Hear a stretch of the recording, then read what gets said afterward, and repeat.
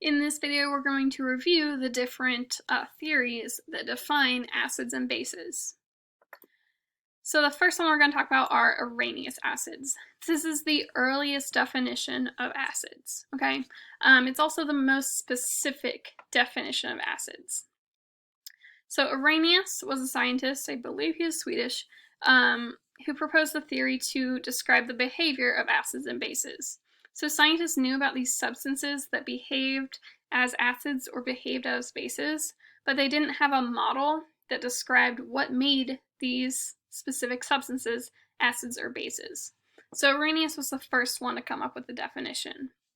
He made the observation that acids and bases are both electrolytes. He knew that they both contain ions. What he figured is that these acids and bases contain different ions, which explains their behavior. So, an Arrhenius acid is any substance that, when it ionizes, it produces H+ ions in an aqueous solution. Arrhenius acids can only be used to describe acids that are behaving as an acid in an aqueous solution. So you have to have a water solution in order to qualify as an Arrhenius acid. All acids are covalent molecular compounds. Okay, so molecular compounds are typically two nonmetals. H, hydrogen, is a nonmetal, and then typically there's going to be a anion that is a nonmetal, like chlorine or iodine, or a polyatomic anion that are also considered nonmetals. So these are covalent bonds because they are two nonmetals. However, they are very polar bonds. So they're like borderline ionic. So acids are molecular compounds that kind of behave like ionic compounds, okay? And that can get a little bit confusing, but I always think of the behavior of acids as ionic, even though they're covalent compounds. So one example of Arrhenius acid is hydrochloric acid. That's like stomach acid. When you put hydrochloric acid in water, because H is partially positive, because it's lower in electronegativity compared to chlorine, the partial positive H is attracted to the partial negative oxygen in water. And the attraction is so strong that the water can actually strip that H+ ion off of HCl, so that it becomes an H+ ion and a Cl- ion in a solution.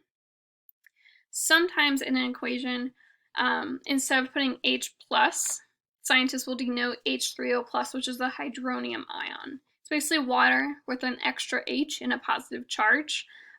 So in this equation, these are both the same chemical reaction, just denoted in different ways.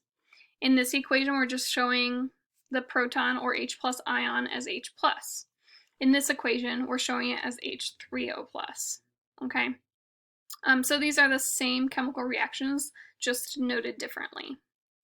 Again, in this reaction, we know that water is being added because we end up with aqueous ions. That aqueous indicates that we added water to the solution.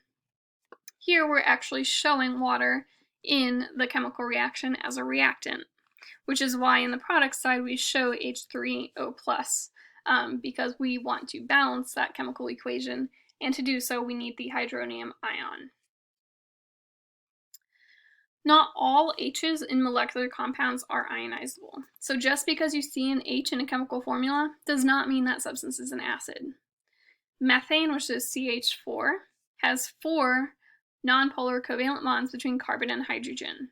It's a nonpolar bond, so those H's cannot be stripped off of that carbon by water, because nonpolar covalent bonds are stronger than that potential attraction between H and O, because H does not have a partial positive charge. Organic compounds with an alcohol functional group, which means we have like a carbon chain, which I kind of draw here. So we have like a carbon chain, there's usually hydrogens off of these carbons as well. At the end of that chain, we might have an OH, which means this is a type of alcohol. So if you look up ethanol, the chemical formula, you'll see that it has an OH group. Even though all of these carbons also have other H's hanging off of them, The only ionizable H is the one that's bound to oxygen, because the oxygen-hydrogen bond is a polar covalent bond. An organic compound with a carboxyl group, which is a COOH group. So again, we have a carbon chain, and then somewhere, usually at the end, we have a carbon that's double bonded to an oxygen, single bonded to a second oxygen, which is also bonded to an H. So this is a carboxyl group, and this H here is ionizable. It can be stripped away, again, because it's bound to oxygen, and we have a polar covalent bond. So both alcohols or organic compounds with a carboxyl group are technically Arrhenius acids. They have ionizable hydrogens that are bonded to that oxygen. Acids that are a non-metal ion, anion, like Cl-, F-, I-, or a polyatomic anion, that list is in the summer review sheet, plus a hydrogen cation, all fall under this definition of what an acid is. Okay, so they contain polar covalent bonds between hydrogen and a non-metal anion or a polyatomic anion, and they can be ionized into H+. And just a reminder that naming acids is covered in another review video. Arrhenius acids, we also have like a subcategory of monoprotic and polyprotic acids. Basically, monoprotic acids contain one hydrogen that can be released as H+. Mono means one. Polyprotic have two or more hydrogens that can be released as H+ into the solution. So they contain at least two hydrogens that can be released into solution. So going back to, for example, my alcohol and carboxyl example, even though the compound itself might contain more than one hydrogen, so for example, methanol, which is C, and then we have an H, an H, an H, and this isn't a C, it's an OH. Okay, there we go. So this molecule here is methanol. Methanol is still a monoprotic acid. Okay, so even though we have more than one hydrogen, only one hydrogen can be ionized, this one. These cannot be ionized. So methane is a monoprotic acid. Others are easier to tell. So like HCl, HNO3, these each only contain one H, and that H happens to be ionizable. Acetic acid is another example of a monoprotic acid, even though it contains more than one H. These three H's that are bound to C cannot be removed by water into the solution. Only this H can. Polyprotic acids have two or more ionizable H's, so H2SO4, both of these are ionizable, and H3PO4. But all three of these hydrogens are ionizable. And the reason protic comes into, protic basically means proton. H+ ion is a hydrogen atom without an electron, which is basically just a proton. So you'll see people refer to it as a hydrogen ion or as a proton. Those are essentially the same thing.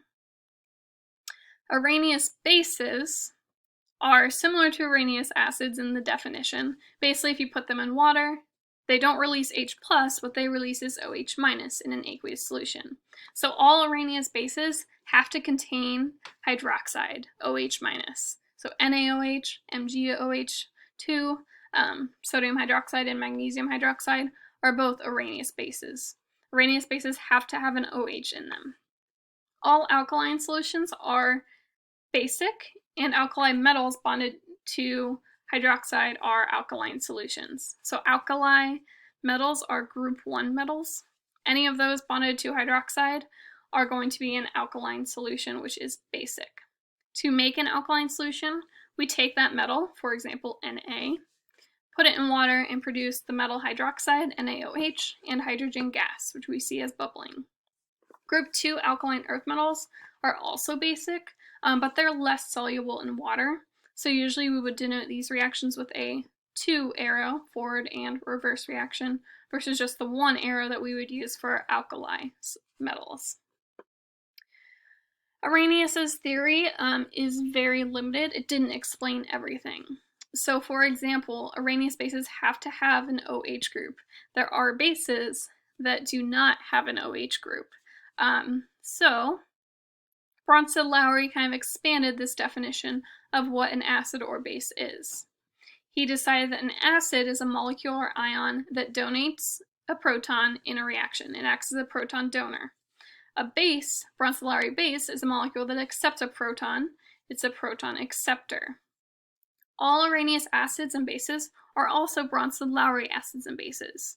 What Bronsted-Lowry's theory did was expanded the definition of what an acid is.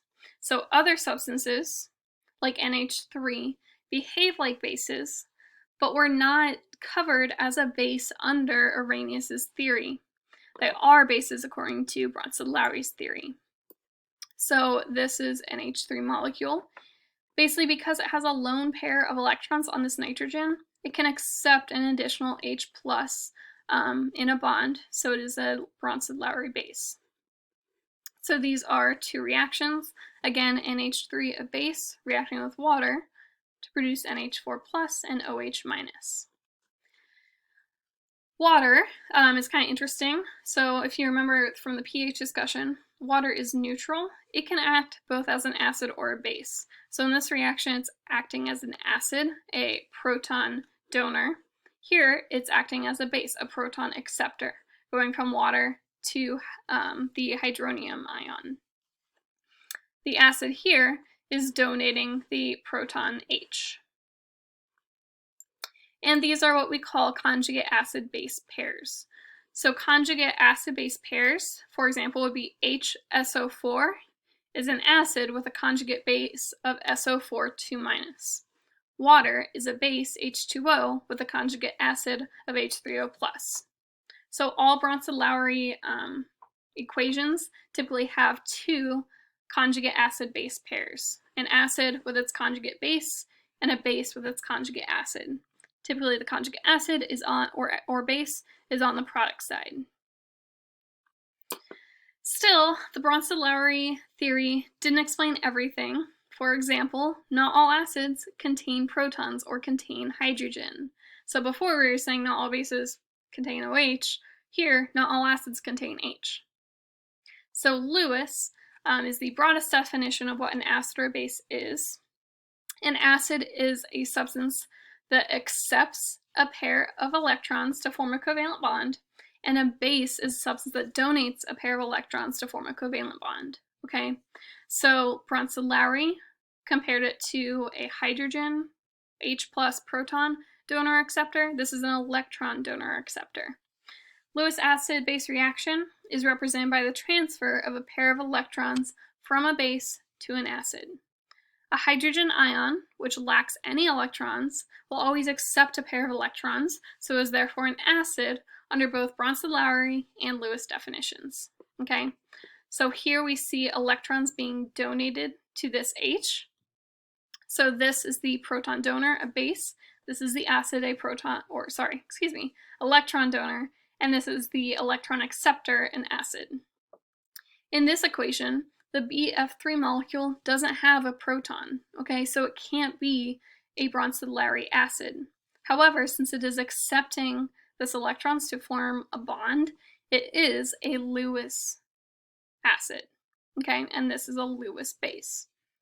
Okay, so again, these three definitions, they build off of one another. Arrhenius started with his definition, didn't cover everything, so Bronsted-Lowry expanded his definition, still didn't cover everything, so Lewis expanded that definition to cover most acids and bases. Okay, so that is a quick overview of the three types or definitions of acids and bases.